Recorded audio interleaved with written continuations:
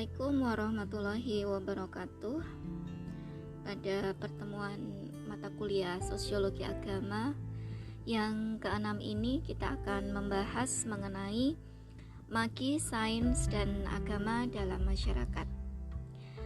Ya, dilihat dari judulnya, kita akan mencoba mengurai ketiga aspek ini, magi, sains, dan agama, dalam konteks bagaimana ketiganya tersebut menjadi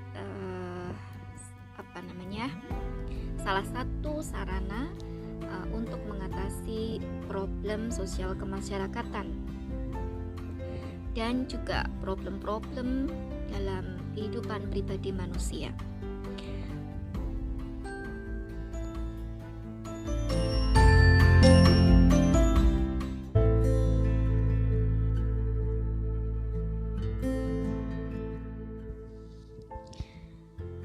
Sebagai pendahuluan bahwa hidup kita itu tidak akan selalu berjalan dengan mulus, ya.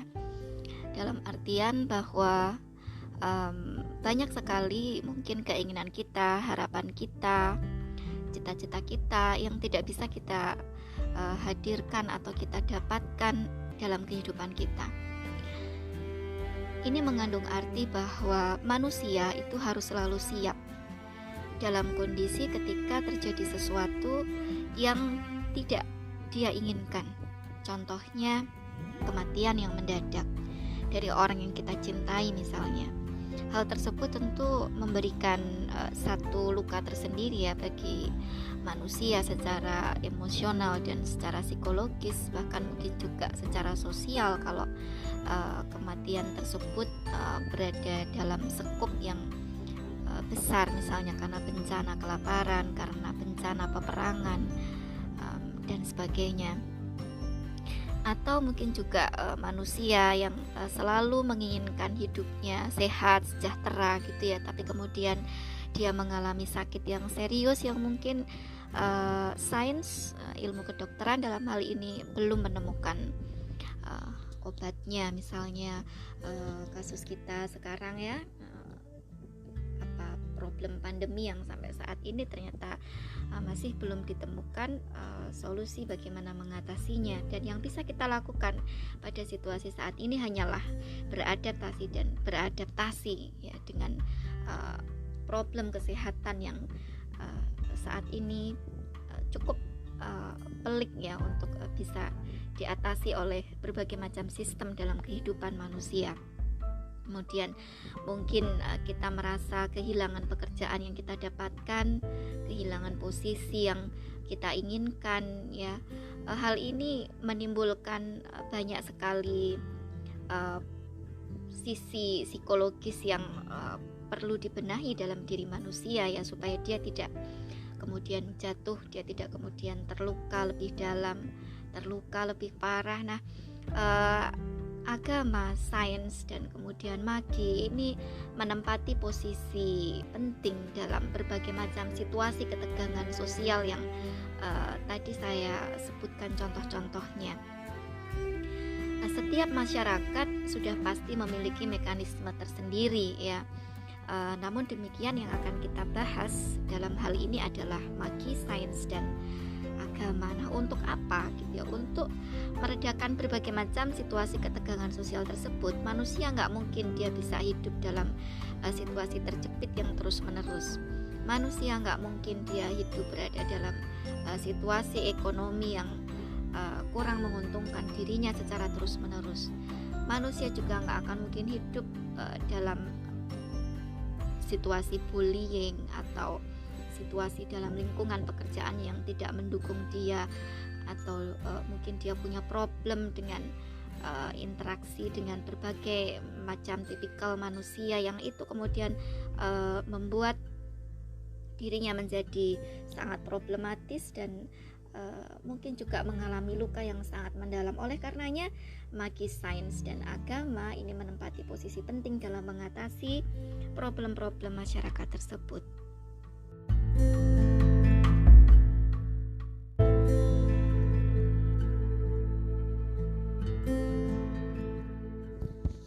Lalu bagaimana agama memiliki peran bagi individu untuk mengatasi situasi ketegangan sosial tersebut?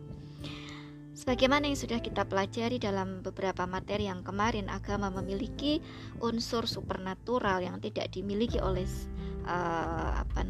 sains, bahkan mungkin juga magi dalam konteks yang lain.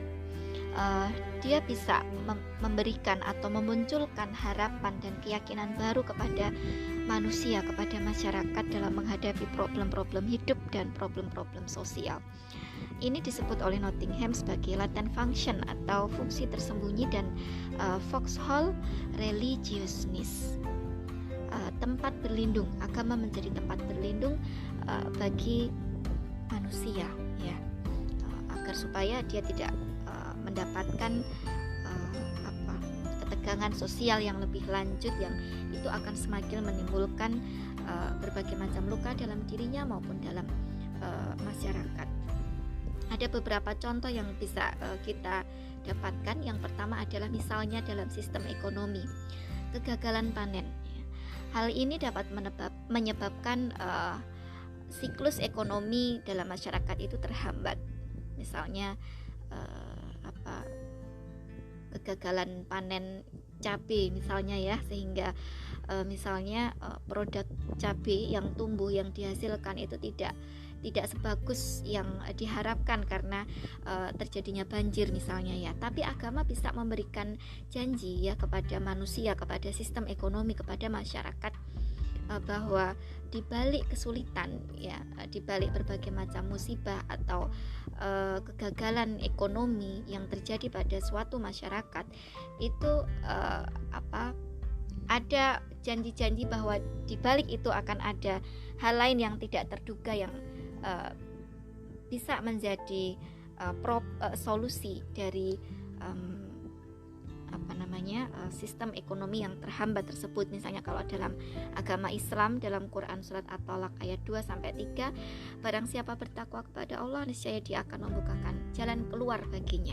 Ya, dalam kegagalan pasti akan selalu ada kemudahan. Itu agama memberikan janji di situ. Dan dia memberikan rezeki dari arah yang tidak disangka-sangka. Ya, agama memberikan janji dengan ayat ini, ya, bahwa di balik kegagalan itu pasti akan ada kemudahan yang akan manusia dapatkan. Artinya supaya manusia tidak berputus asa dari berbagai macam problem yang dia temui, atau sekalipun ini dalam konteks ekonomi, dalam konteks hal-hal lain, ya, situasi lain yang tidak kita inginkan terjadi dalam kehidupan kita. Kita menjadi yakin, manusia menjadi yakin bahwa nanti setelah ini insya Allah lah, gitu ya, akan ada solusi yang lainnya. Dan manusia kemudian mencari berbagai macam cara untuk berusaha dan mengatasi problem-problem tersebut. Karena apa? Karena ada motivasi di sini, ya, ada motivasi dari Allah, ada motivasi dari agama dengan janji-janjinya tersebut. Dan saya yakin di agama yang lainnya juga pasti diajarkan hal-hal demikian. Contoh yang kedua adalah kematian anggota keluarga, yang mungkin ini akan menyisakan sesuatu yang besar atau sesuatu yang mendalam dalam kehidupan seorang manusia.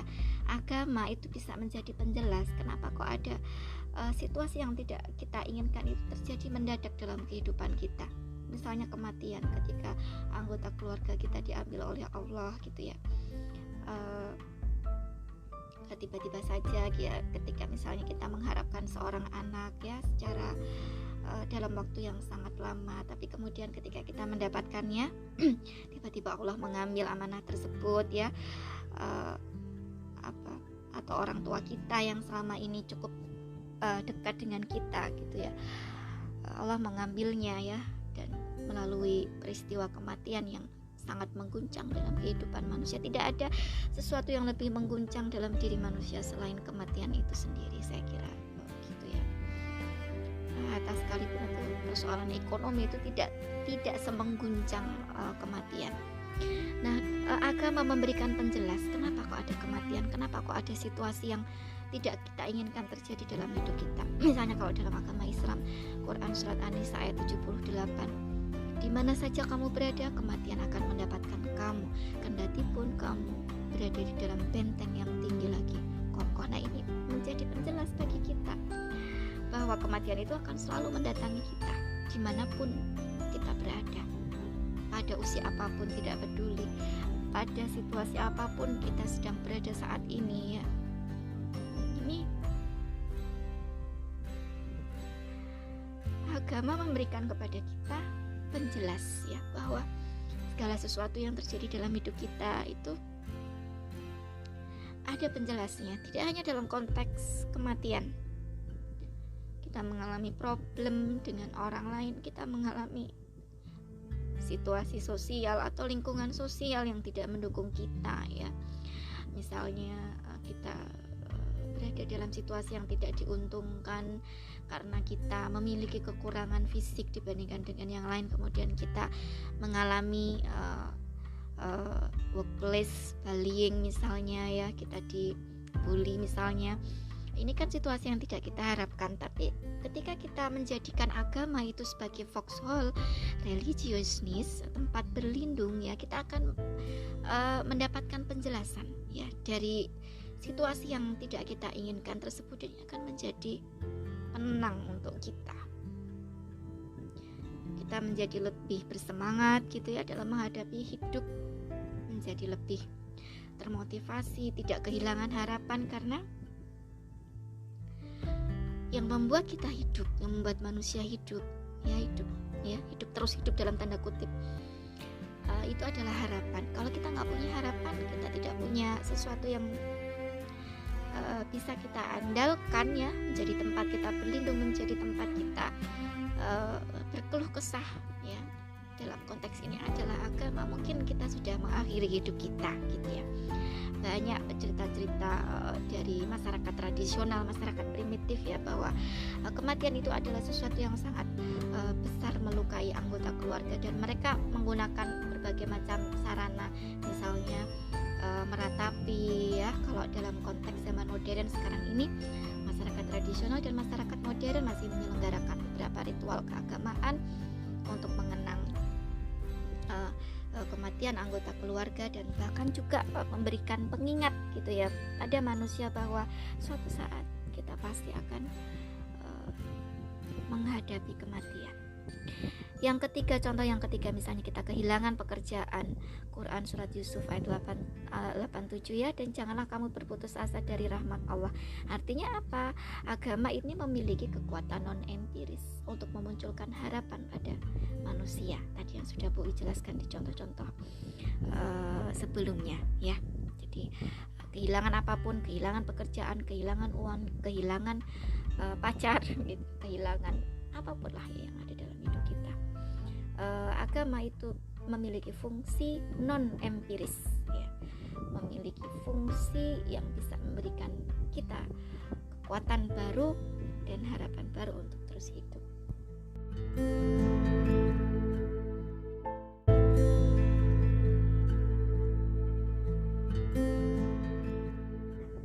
Lalu bagaimana magi dan sains dalam mengatasi problem? Sama dengan halnya agama, magi dan sains itu juga bertujuan untuk mengatasi problem hidup dan sosial masyarakat.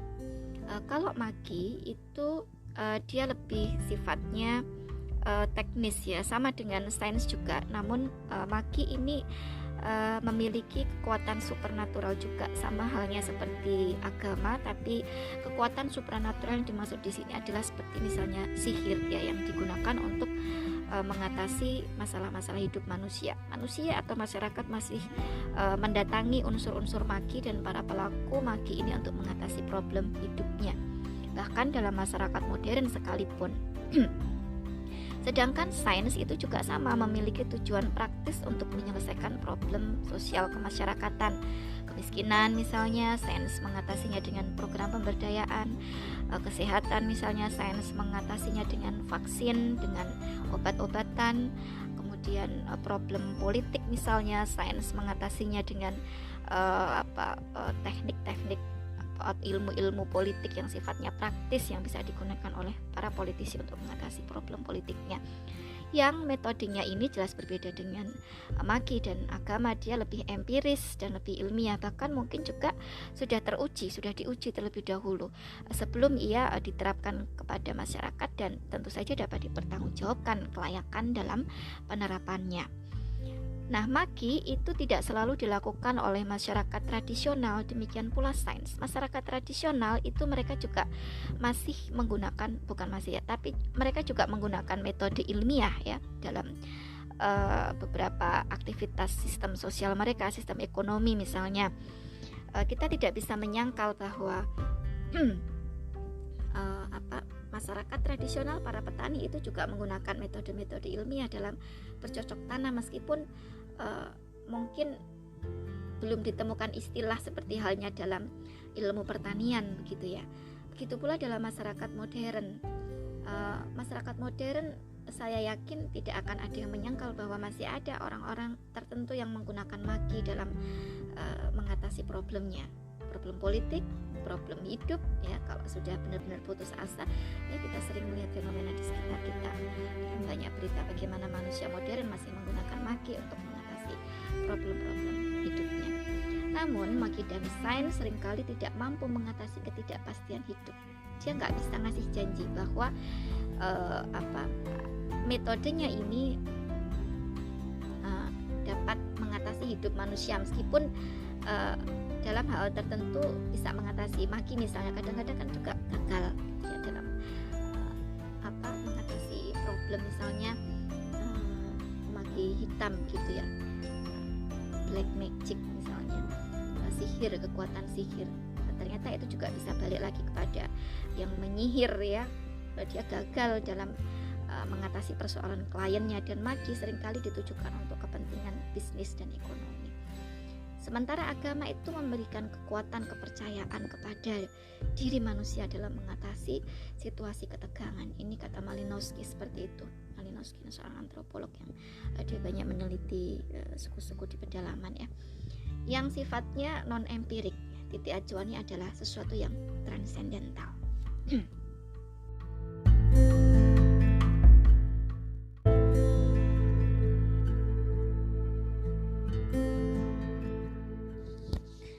Nah, dalam konteks kematian, agama ini memiliki fungsi sosial. Bu I mengambil kasus dalam masyarakat Indonesia. Masyarakat kita masih mengembangkan ritual-ritual keagamaan yang memiliki fungsi sosial dalam tata kehidupan sosial masyarakat. Misalnya kita mengenal ada tahlilan, kenduri, ziarah, doa bersama, tadarusan dan sebagainya, yang fungsi-fungsi ini ya ditujukan untuk mengenang kematian seseorang. Dan ternyata ini memiliki keuntungan secara sosial. Di antaranya adalah menumbuhkan solidaritas sosial dalam masyarakat, dan yang kedua, memberikan bantuan sosial psikologis kepada keluarga yang ditinggalkan. Nah, artinya apa? Bahwa agama pada sisi lain, meskipun ada sesuatu atau ada ketegangan sosial yang dialami oleh seorang individu, itu ternyata masih bisa memberikan fungsi sosial yang memberikan keuntungan besar pada masyarakat. Di antaranya adalah semakin mengokohkan solidaritas sosial dan menghibur secara sosial psikologis kepada keluarga yang ditinggalkan.